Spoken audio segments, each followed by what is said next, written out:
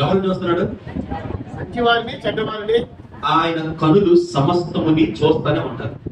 అందులో చెడ్డవారు చెడ్డ పనులు చేసే వాళ్ళు ఉన్నారు, వాళ్ళని చూస్తున్నాడట. మంచిగా ఉన్నారు, మంచి పనులు చేస్తా ఉన్నారు, వాళ్ళని చూస్తున్నాడట.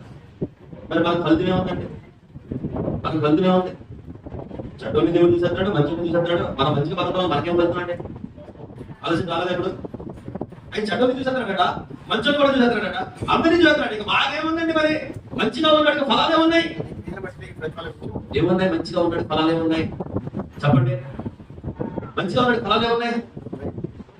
ఆయన వచ్చేటప్పుడు నీ కొరకు జీతాన్ని పట్టుకొని వస్తాడు. ఆయన వచ్చేటప్పుడు మన కొరకు జీతాన్ని పట్టుకొని వస్తాడు. నువ్వు చేసిన పనికి తగిన ఫలము నీకు ఇవ్వడానికి ఆయన సిద్ధంగా ఉన్నాడు.